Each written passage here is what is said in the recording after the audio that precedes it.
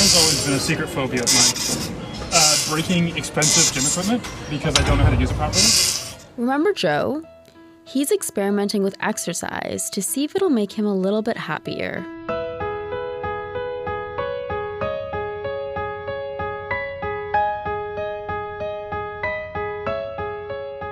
Welcome back to If It Makes You Happy, a 3-part podcast where we're putting some of the most common advice about how to be happy to the test. We're journalism students at the University of King's College in Halifax, Nova Scotia. That's the east coast of Canada. You remember, lobsters, Anne Murray. Right, and the Trailer Park Boys. Last time, we met our volunteers who were each about to try a new happiness habit, a simple intervention to see if they would feel any happier. My phone rang because I set an alarm to remember to meditate and it interrupted meditating. I want to take my pants off and go to bed. I promise I'm not doing as bad as I sound. This is kind of like a perfect moment. I'd be happy if I lived in that moment forever.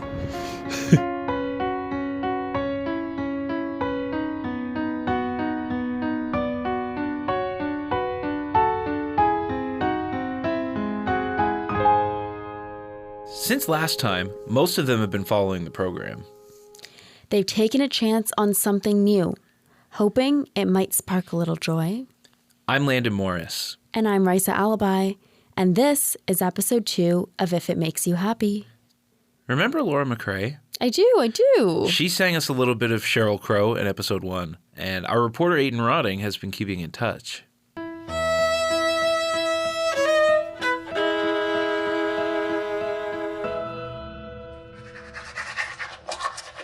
That's Laura, getting ready for bed. Remember Laura? The high school music teacher who's 6 months pregnant. Okay, so I think I'm gonna do the same one that I did.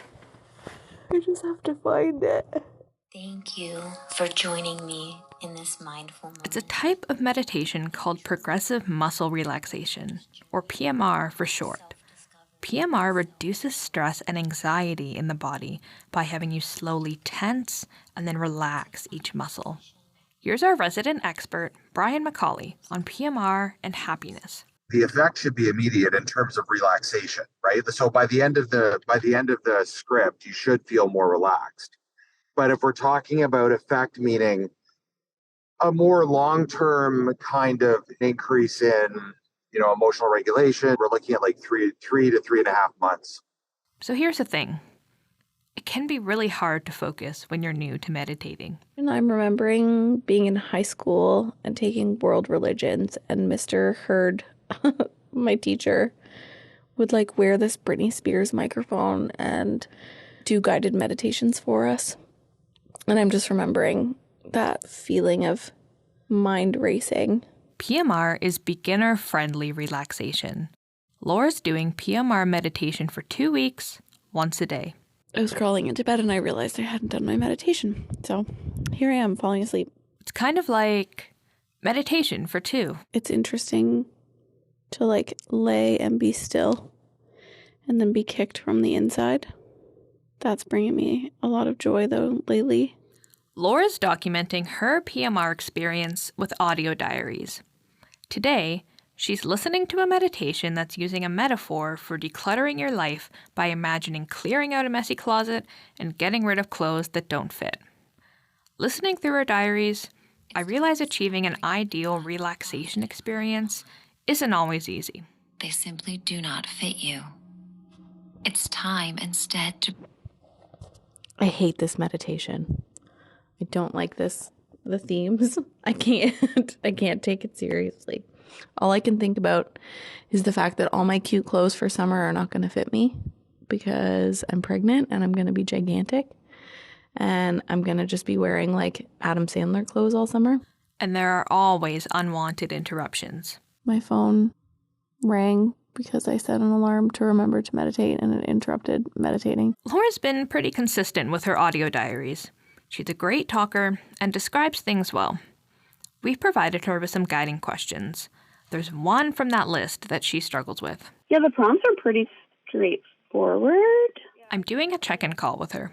On a scale from 0 to 10, I haven't really done that, but it's just so hard, like, because I think that happiness is like moments and not overall feeling. It's tough to like quantify my happiness. Something important here. Remember that Laura sometimes has road rage? Well, the PMR does seem to be helping with that.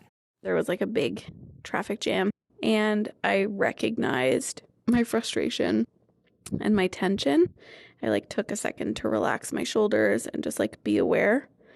And I was still irritated, but it wasn't affecting me in the same way or to the same extent. And that's important because she's aware. Life is full of ups and downs, and she's learning a tool to help her cope with that.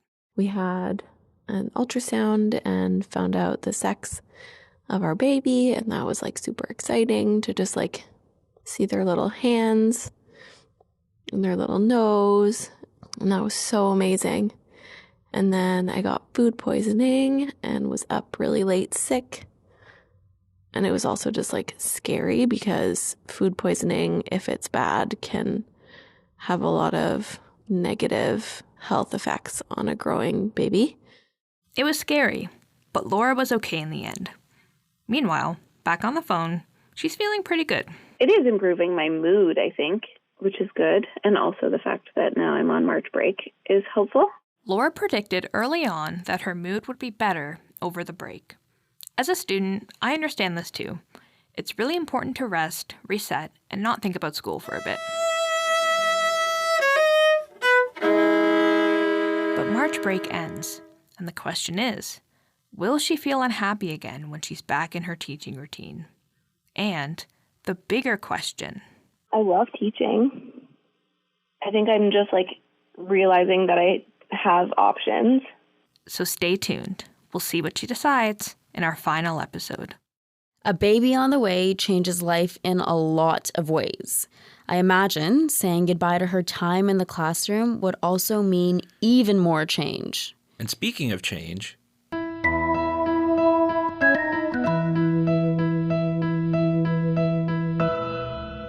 Joe Spinney has been trying to shake up his routine. He's been doing exercise as his intervention. That means he's been increasing his heart rate 4 times a week for the past 2 weeks. Our reporter, Dylan Taylor, has been sweating along with him. Around half a week into Joe's intervention, we decide to try lifting weights together. We plan to meet at our university's athletic facility. As Joe and I shuffle up the steps to the weight room, we're both taken aback. The enormous space looks more like an airport hangar or supermarket than a gym. And it is packed. So, Joe, this is our first time at the gym. How are you feeling? Well, I said I was nervous when coming in, and now that I see this many people, I'm even more nervous now. We move carefully, looking for an unoccupied machine. Other gym goers move more confidently, snatching up equipment right before we get our hands on it. So, This is like a foreign country. Finally, we find a lonely machine. Joe and I take anxious turns on the creaky tricep extender, which is making us nervous. That has always been a secret phobia of mine. what's the phobia? Breaking expensive gym equipment because I don't know how to use it properly. But as we get further into our regimen, we start to relax. It seems like we both start to pay attention to the difficult exercises instead of our own nerves. According to Brian McCulley, our resident expert and font of wisdom, this is exactly the idea. What we do is we're moving away from the mind and the racing thoughts and into needing to pay attention to the body. Joe and I definitely seem to be in this zone. The reason people will feel better after exercise isn't the exercise in and of itself, although there is a cathartic effect that comes with exercise. It's the heart rate. And so if you can get your heart rate up over 120 for 20 minutes or longer, you get a release of serotonin and dopamine. But wait, there's more. The serotonin and dopamine release lasts between 4 and 4.5 hours. So if you exercise first thing in the morning, you create a good beginning to your day. If Brian is correct, this intervention seems like a good one for Joe. He comments on the workout in an audio diary recorded later that day. Unfortunately, he identifies a flaw in our approach. Just got back from the Dalplex. That was not an unpleasant experience. All that nervousness and anxiety building up in me kind of evaporated once, Dylan showed up and we got into it. But I think that might actually be a problem because I'm going to mark this down as, definitely improved my mood. But I already know that being social and talking to people and meeting new people makes me feel better.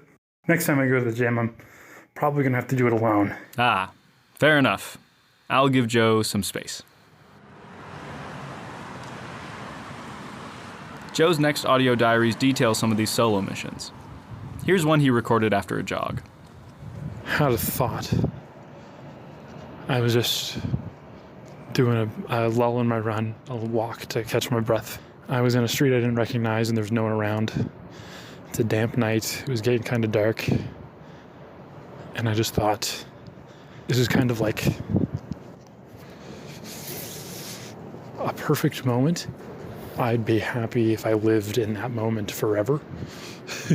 Like a 10-second time loop of me walking in that space. Music playing in my ears and just no one around. It was very calm and it was very nice.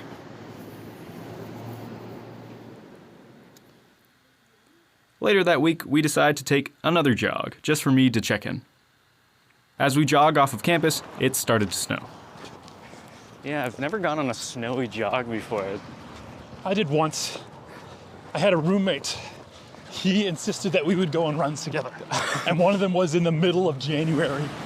That's terrible. Mid-January. As we jog, the conversation gets more serious. Joe tells me about a class he recently attended, biopolitics. He says he was disturbed by some of the subject matter. When did we start analyzing our emotions as neurological disorders? Right. Like, when did just being sad become depression? With the rise of certain drugs, companies needed to market these drugs, and so they wrote books and sold books about how depression was a big thing that no one knew about, but y'all had, and you had to take this drug to stop it. And give us lots of money. To buy our drugs, yeah. But I have depression. Joe can be very hard on himself. He says he also often deals with anxiety surrounding his own death. Later, Joe says, Well, I know it's got to be real because I certainly don't feel normal. Joe recorded another audio diary the other day. I'm going to be honest. I'm not sure if it's working. I feel a little bit good about the fact that I'm able to force myself to do repetitive motions for 30 minutes at a time. I know it's probably good for me, but when I have a moment to think about it afterwards and I stop, I go, nope, all my problems are still there. Now my muscles hurt and I feel like I have less energy to do them now. Still, he had that perfect moment. The question is, will it make a difference?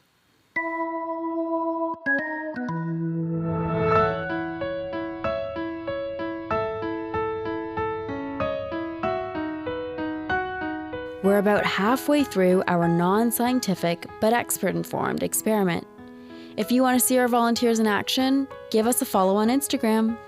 Look for If It Makes You Happy Pod. You can meet our reporters, and our DMs are always open if you're keen to tell us what makes you happy. But in the meantime, back to our volunteers.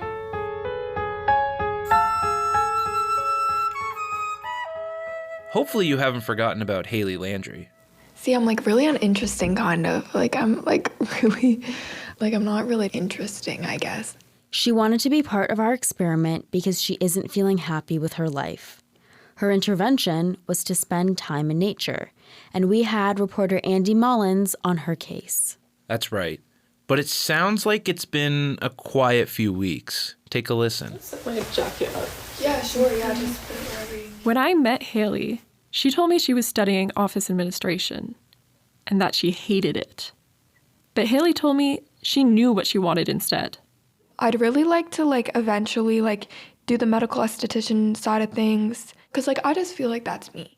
It seemed clear. This was the answer for Haley. But something was stopping her.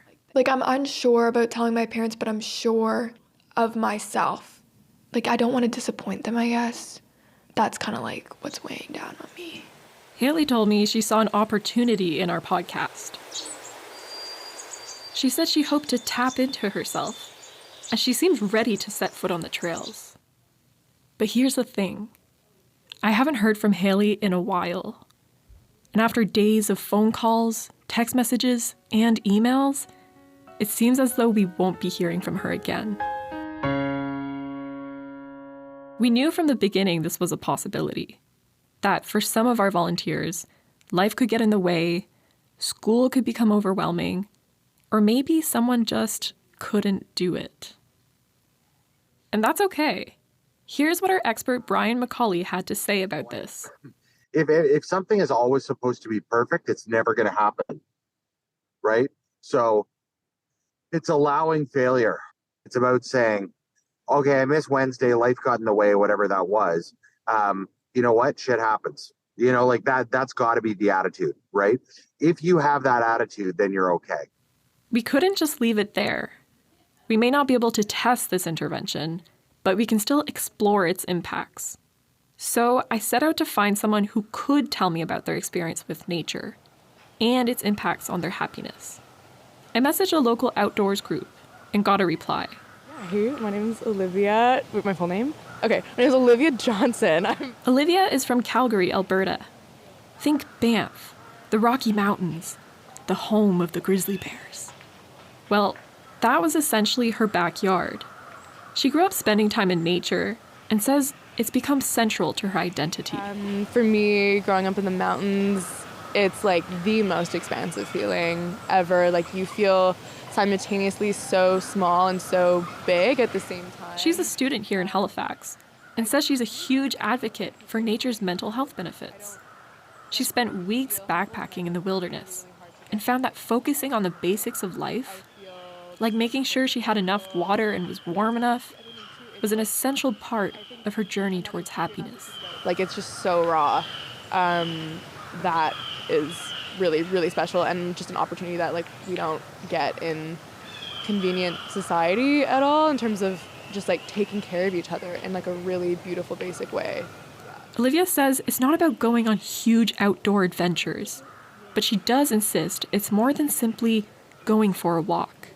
She says nature's influence on our happiness comes when we slow down, when we take time to look beyond ourselves.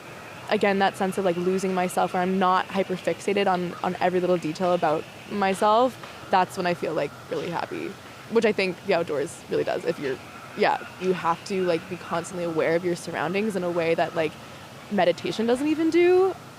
For those of us who may not be fully immersed in nature, there's still hope.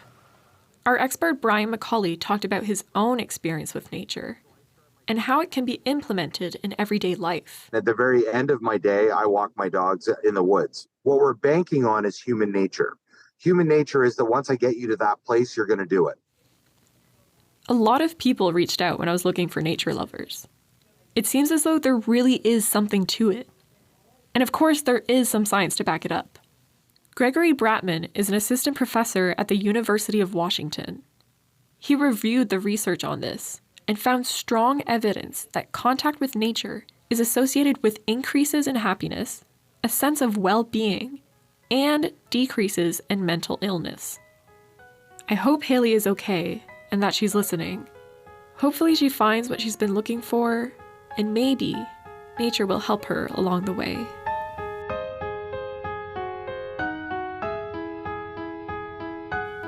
Now it's time to check in with Zephyr Atkins-Mitra, our control subject. They're still doing nothing. No interventions. But, as we mentioned last episode, their audio diaries have acted as a mental health check-in. They're sort of like mini rants about Zephyr's day.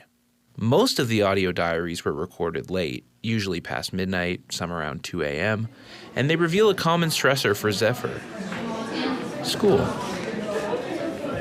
I've been sort of fighting with myself all afternoon and all evening to get any words onto the page. I slept through my class this morning, which I feel bad about. I had a midterm on Friday, and I may or may not have bombed it. Thinking about the work that I have to do and the work that I'm not doing is always sort of hanging over my head. Sort of been kicking those cans down the proverbial road, which means they're going to bite me in the proverbial ass in a couple weeks. I think you get the point. Despite all the stress, Zephyr does talk about the good things. They spend time with their partner and they play Dungeons and Dragons with friends. And while Zephyr is our control group, they don't really do nothing. I normally listen to a podcast when I do this, so this is going to be more boring than it normally is. Most nights, they find some time to stretch before bed. I don't know if I should be narrating this to make it more interesting. That was Child's Pose, this is Cat Cow. The thing that surprised me most about Zephyr is their optimism. After every extended rant, they made it a point to look on the brighter side of things. No matter how bad the day is, they have the ability to take away some of the negative sting that comes with it. I sound pissed because it's 2 a.m. and I want to take my pants off and go to bed. I promise I'm not doing as bad as I sound. I take solace in a quote from BoJack Horseman whenever I feel like I don't want to do my stretches, in which an anthropomorphic monkey says, you've got to do it every day. Every day, it gets a little bit easier, but you got to do it every day. And every day, their audio diary ends the same way. This is Zephyr and Symmetra. All well. All well. All well. In sum, all well.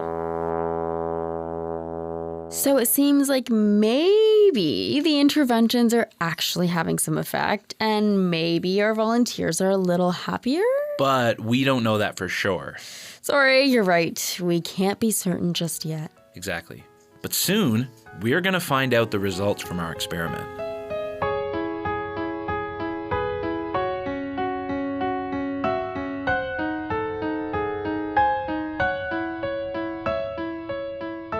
That's next time on If It Makes You Happy. Want to see our volunteers in action? Check us out on Instagram. Look for If It Makes You Happy Pod. You can meet our reporters there too. Like us, follow us, and tell us what makes you happy. And just a note before we go, this podcast is a non-scientific experiment. We are not mental health professionals. If you or someone you know is struggling with mental health, please reach out for help and resources in your area. A few people to thank. Our reporters are Aidan Rodding, Dylan Taylor, and Andy Mullins. If It Makes You Happy is produced by all of us. Our technician is Mark Pinio. Our audio professor is Pauline Dakin. Avery Dakin composed our original music. Our musicians are Avery on keys, Dylan Hay on trombone, Gabe Galvis Wrangle on viola, and Miles Dosman Banks on flute. Laura Publicover designed that great thumbnail art you see when you click to listen, and a big thanks to our experts, Jillian Mandich, Stephen Smith, and Brian McCulley. I'm Landon Morris. And I'm Risa Alibi. Thanks for listening. And remember, if it makes you happy, it can't be that bad. What is that from?